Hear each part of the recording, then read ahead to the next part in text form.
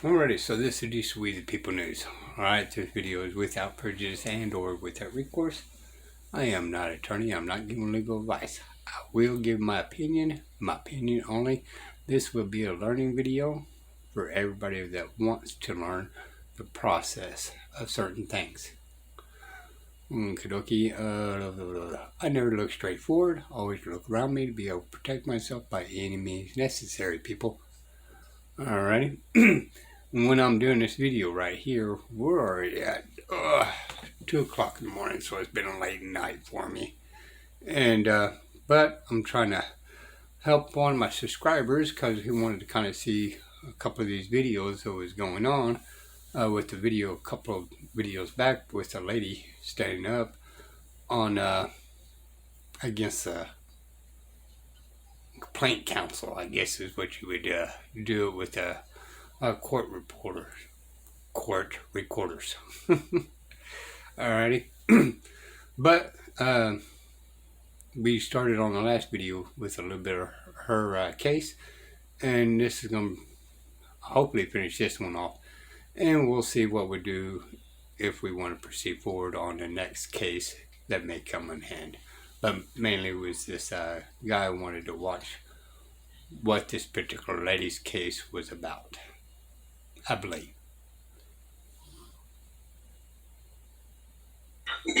I'm more sensitive to criminal cases as well, you know that, but like I don't. Well, let me give you a little timeline just for reference, because I believe I saw somewhere in there it says, well, we have 30 days. Well, or maybe it was another one I was looking at, but we actually have 60 days from the date of judgment, unless there's a motion for a new trial or a request for findings of fact and conclusions of law. And it, by operation of law, changes it to 120 days before it's ever due. Keep in mind, we're still plugging away in court every day. Yeah. We're still turning out other transcripts that are due, whether they're for appeals or otherwise.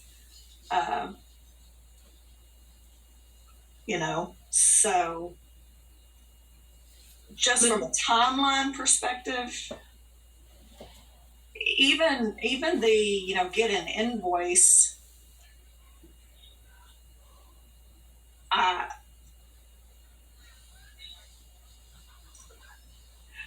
think it would have been better to follow up, and if you're able to give an estimate, but you're not going to have a final invoice until the record is done. So, but I do prepare an estimate, which has to be paid before I'm going to even start on a transcript for court. Yeah. May I say something? Yes, ma'am, Ms. Parks. Okay. I want to make sure we are on the right page.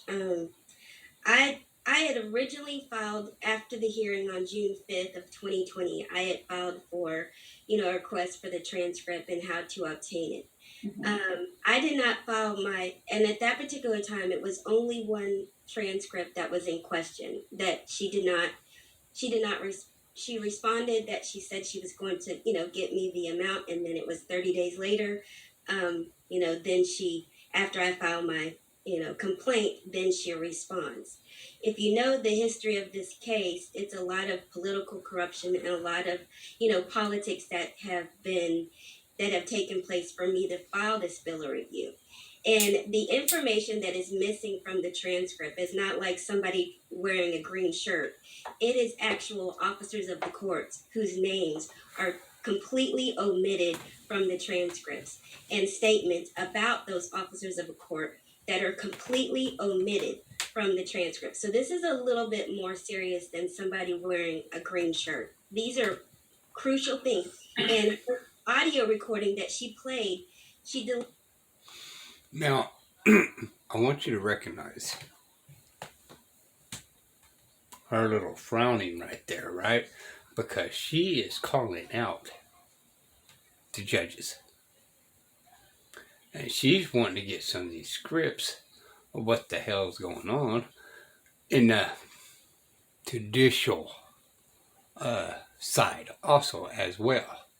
Now, don't forget, Judges have a tendency to give orders not to put things on the record, when in fact it still should be on the record. Maybe off to the side, maybe little commas or whatever, and quotations and all that. That way it can always be brought up that that judge should not have denied that to be on record in appeals or anything else. So I don't know if that can be done with her and they just follow it, but they kind of do some type of quotations to kind of separate it, like it's there, but it's not in record there. You know what I mean? But if she does not put it in there whatsoever, and the judge is violating the due process, then how do we, in fact, get remedy? And without evidence, people. And we wonder why judges are never held responsible, right? Deleted one audio recording. So when we had the hearing on the accuracy of the transcript, she no longer had the audio recording. The one recording that she did play was complete. It even had that information omitted from the transcript, so you could omit it from the audio recording. And so that is, Ms. you know, Park, that, was this issue addressed by the trial court? so this was in the trial court. And so when she played her audio recording in front of the judge that she represents, She doesn't represent them. Go ahead. I'm sorry, the judge that she works for, you know, Okay. that you know is who, you know, hires her, and she works in, or the, I guess, Dallas County. I don't know that process. I'm sorry. She's an employee of Dallas County. And so she's an employee of Dallas County, and so the judge that she works for was. So and it's actually a good thing for me to learn, by the way. You can get her email and all that through the courts. However, if you want to file a complaint, you may actually have to go to the county. She probably knows better than I do. And I need to do a little bit more investigation. How do I go through the process to throw a complaint? Right? That way, if I ever need to be, I know to do it and I don't have to, well, do this. Right? Now, I know she kind of frowned earlier, but now she's in a thinking process. But what part of the thinking process is she thinking? The one that made the ruling on the determination on if the information is inaccurate. At that hearing, there was also another court reporter present, and that court reporter did not transcribe her recording. So she has not been willing to give me the audio as evidence so that I could, you know, cite it in my appeal. Hang on, Ms. Parks, Say real quick. something, please, Miss. Hang on, Ms. Washington. Ms. Parks, real quick, from a court reporter friends. The audio is y'all's, and y'all never turn it over, correct? That's correct. And I believe I saw in one of the orders signed by the presiding judge of the 5th District Court of Appeals, Judge Robert Burns, cited to the Hollowell case, 392 Southwest 3rd, 661. Now we're speaking. That's my language. It's a Court of Criminal Appeals case from 2013. And I don't have the exact portion that the judge had in his order. I'm actually looking at an excerpt of this case itself. This Hollowell case, and this is part of what Judge Burns cited. The record created by either a stenographic reporter or an electronic court recorder, which has to be allowed by Supreme Court order, memorializes the testimony and other evidence presented at trial. It is part of the record on appeal.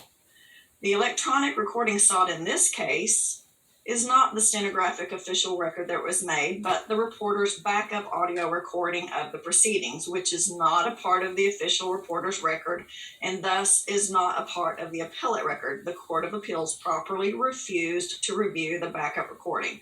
There is no public entitlement to our unofficial backup audio. There is actually That's what I wanted to make sure that I was remembering correctly.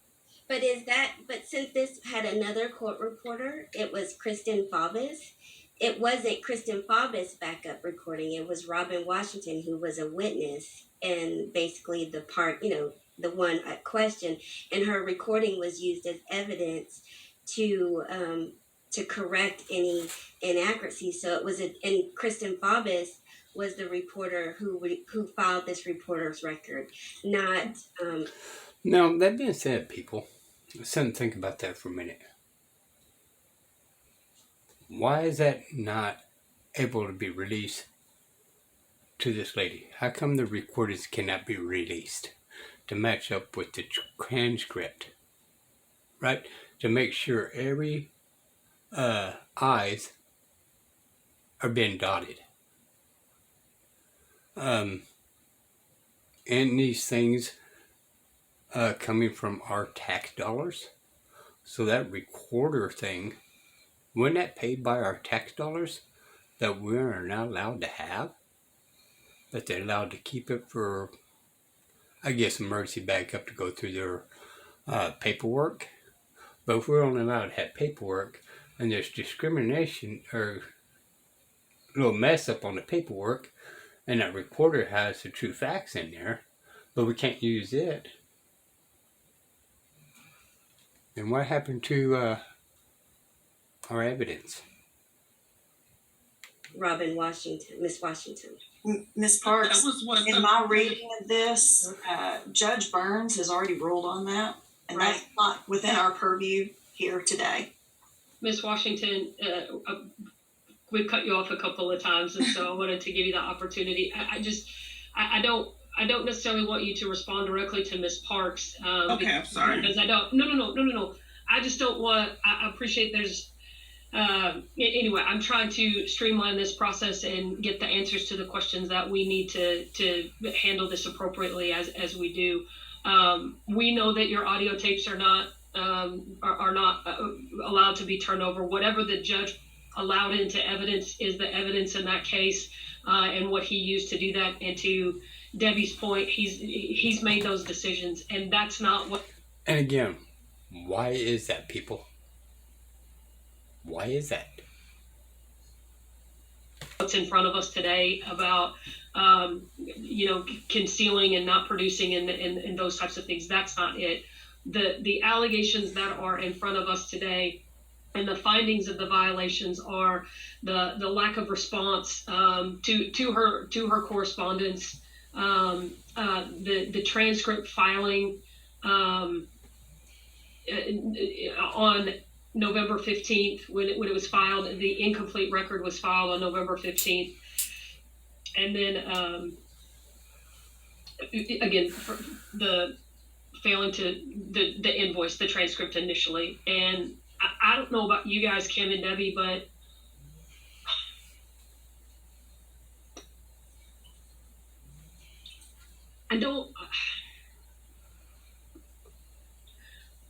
I was a little bit, the only issue I really had was the filing with the Court of Appeals about the incomplete record, but Debbie letting me know there was no designation of record and not knowing exactly what to file, and hearing Miss Washington's, I filed what I had, and that it was unclear. I'm having a hard time finding what Miss Washington necessarily did wrong. Yeah, the days were late. I looked back at the timeline. Look, I know that this can't be our excuse forever, but that's still, COVID is kicked up and we're all still figuring out working from home and Zoom and all of that other stuff. And so looking back in a 3-day late on the Court of Appeals, asking for extensions, 4 days, again, don't love it, but. I'm with you, Molly, and the delay in getting the actual invoice 30 days later, I mean, this seemed like it would have been a pretty extensive estimate to come up with, because you've got 3 volumes. You have to kind of come up with the estimate. I'd like to say I've never been 30 days late in responding to somebody, but I have.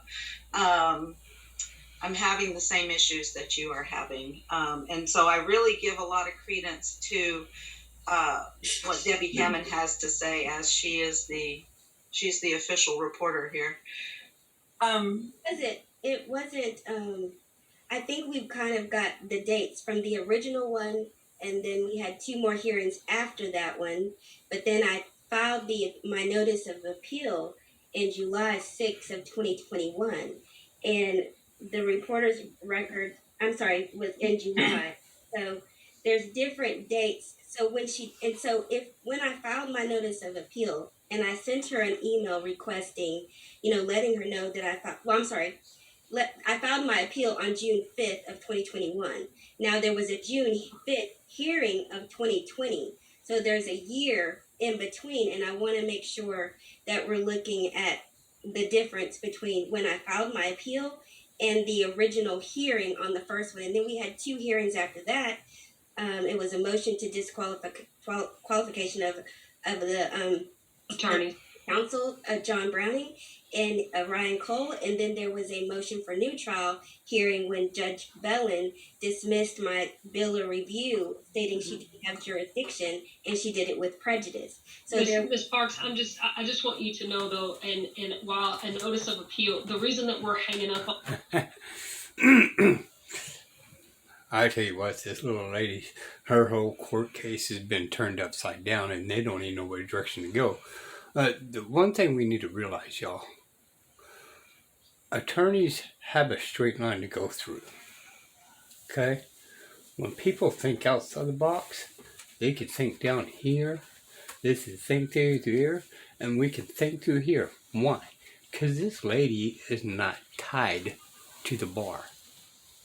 And when you've got all these room to play, because you're not bound and changed down to the judge, then there can be chaos in the court system through there, because everybody right here is trained to follow this right here.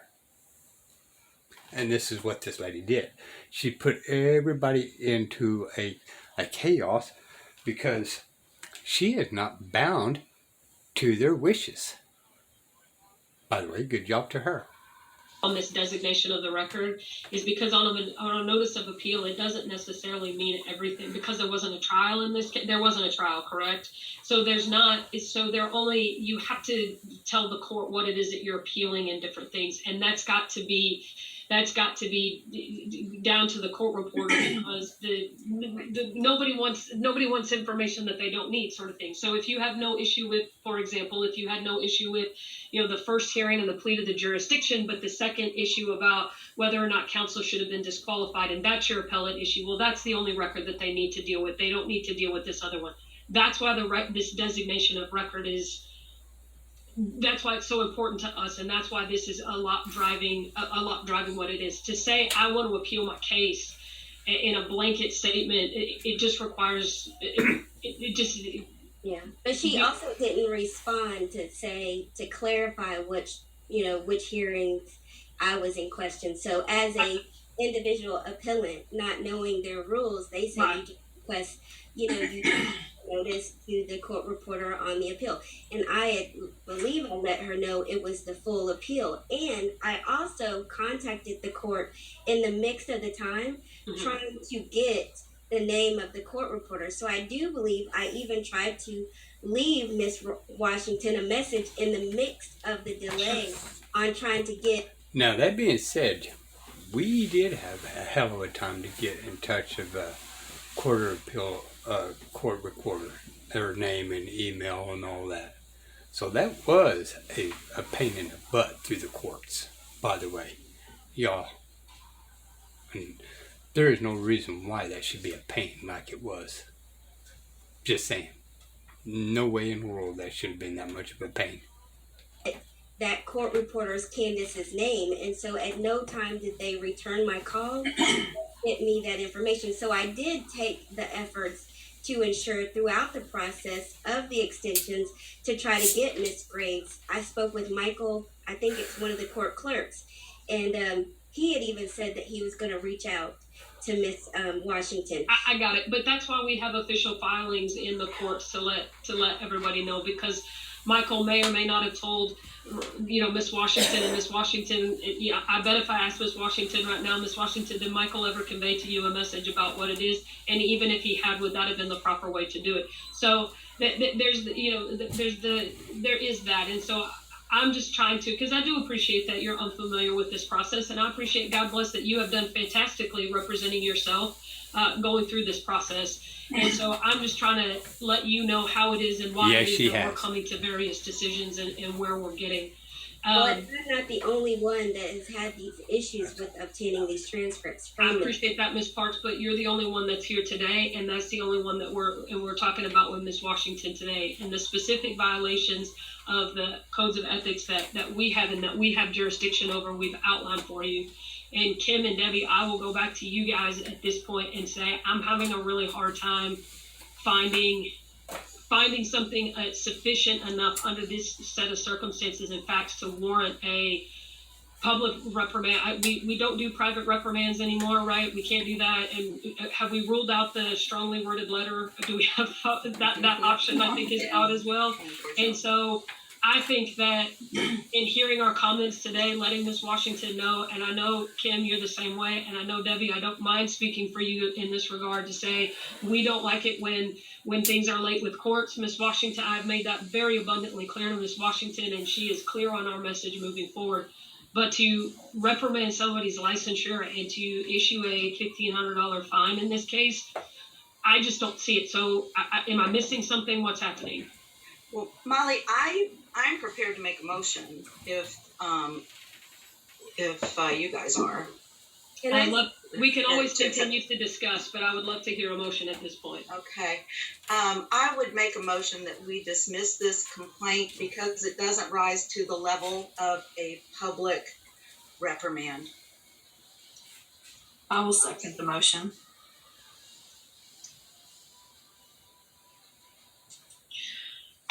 Okay, May I say something? quickly.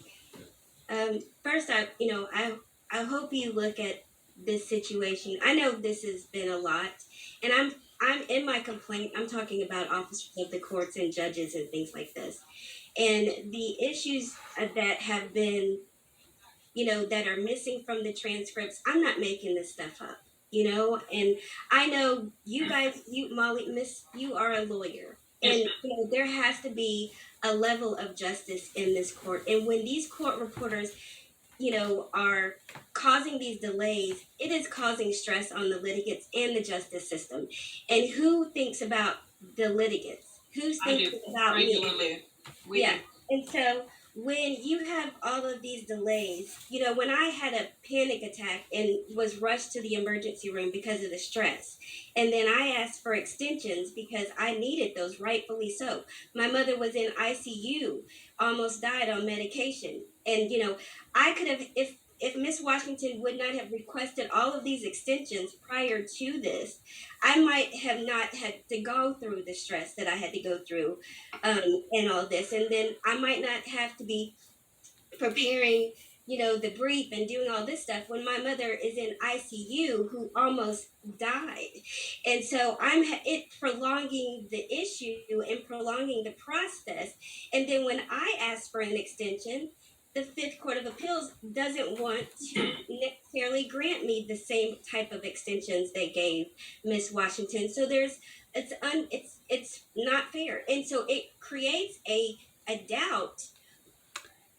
And attorneys, she don't get to kick back and kind of get a breather, as these attorneys can.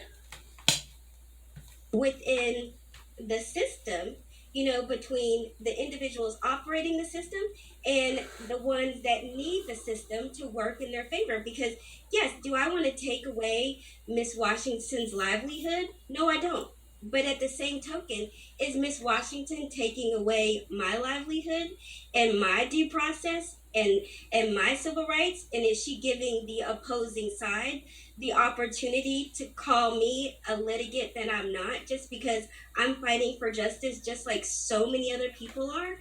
And so, yes, you guys may have favoritism or show favoritism or consideration to Miss Washington, and you have Miss Rico that, seriously may have, made a mistake. But yet, I don't believe in my heart, with evidence to show that Miss Washington did this. Because when I sent her an email requesting these transcripts, she could have easily. We got it. We're I can't do anything about the Fifth Court of Appeals. That we can't do anything about that. We can deal with the violations that we have in front of us, and that's what we ventured to do. I don't want this to dishearten you from the judicial system. If that's what you want to do, I don't. I can't control everybody else. We can't. Our decision here today doesn't control all of these other pieces. The trial court has made determinations about Miss Washington's tapes and everything else. We are here for three potential violations that we've got. I appreciate delays. I appreciate different things, and so much of my work is if somebody would have left the house 5 minutes later, this catastrophic accident may or may not have happened. But it's not we can't live in the what if and everything else. And so I appreciate you being here today. I appreciate you sharing your thoughts and comments with us. I appreciate you listening to us and appreciating this process, and hearing in Ms. Rico's case, for example, how much it is our concern about litigants and folks that may be sitting in jail with delays from court reporters, and how much that factored into that decision, not present here today, and I in this case, rather. And so I appreciate your comments. I applaud you for being here. I applaud your work that you've done in this case. You've done a hell of a job representing yourself, and I wish you luck in the future. The current motion, I believe, that has been seconded is that we move to dismiss this complaint against Ms. Washington. I believe it's been seconded, and we're in the comments. Ms. Washington, understanding it will be our recommendation that this complaint be dismissed. Is there anything else you would like to say on your behalf before we vote? Can't hear you. Thank you. I don't have anything to say. Thank Yes, you. ma'am. All right. Again, motion pending is the recommendation to dismiss. All those in favor, please say aye. Aye. Aye. All opposed? Okay. Ms. Washington, that will be our recommendation to the JBCC at the November 4th meeting. Again, both of you ladies will receive letters about what that process is and that next step. Well, can I ask this question out of respect of my due process? When I am having to prepare a brief based off of transcripts that I believe, and also can possibly provide evidence of that they have been altered and there's missing information. Per issue like that, what is your recommendation for a litigant to do? I am not here to give legal advice. That's not my role in this capacity, and it's Surprise, not what surprise. this board is here to do here today. I would recommend to seek a lawyer. Surprise, that surprise. can advise you as to what your rights are.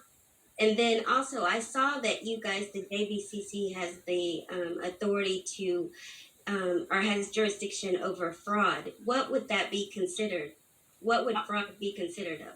I'm not Again, 100% legal sure what advice. that is, again, because we are not the JBCC.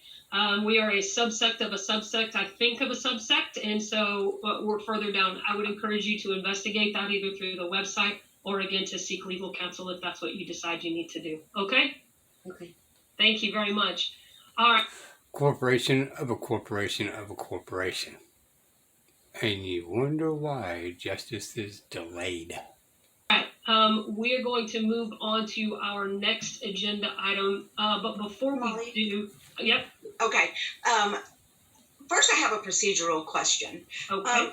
In that last complaint, I believe one of the allegations dealt with the font of the transcript, and the JBCC responded that we don't have authority over that. But isn't that covered in the UFM, which would give us authority? I did go look at the transcript. It was fine. I counted the number of letters and characters, so it became a non-issue for me. But going forward, I would like some clarity is if the UFM is under our auspices and it deals with font and transcript, the setup of all the transcripts. I would like to bring in my specialist, Michelle. That's what I thought. I don't know that I can answer the question, except that I too looked at the UFM, and I don't believe it specified font. What was it? point. Character spacing, character per inch. Yeah. It was characters per inch. Yeah. It wasn't specifically font, So it's, Yeah, the font just says upper and lower case, and then on the new UFM that's coming out, I think we actually did away with the words font, but it was characters per, and so it became a non-issue. But just going forward, I'm sorry, going forward, since we are, of course, that part of the manual, it will be before the advisory board next month. Mhm. But going forward, that may be something the advisory board would want to explore if the clarifications needed. Okay, all right, okay. And on this next matter, I need to recuse myself, Molly. Yes, ma'am. And Question before we leave. Is there an appeal process on these complaints with the committee? you'll get notification of that in the letter about what your rights are relative to that. That will be forthcoming after this meeting. Okay. Before Alrighty. There you go. Now, my opinion, the whole system screwed up, but also my opinion with what they had at face value, I believe they was pretty well justified with COVID and all that kind of stuff. I'm with them that it's, to me, if I was in the courtroom and all that, that should not have been okay, but that wasn't her fault. Okay? That's the government's fault for playing stupid games. Just saying. Okay? So, anyway, I can see both sides of it. I hate to give any more authority over government, over the people. So I'm stuck in the middle. I could have had both sides was fine with me on this one.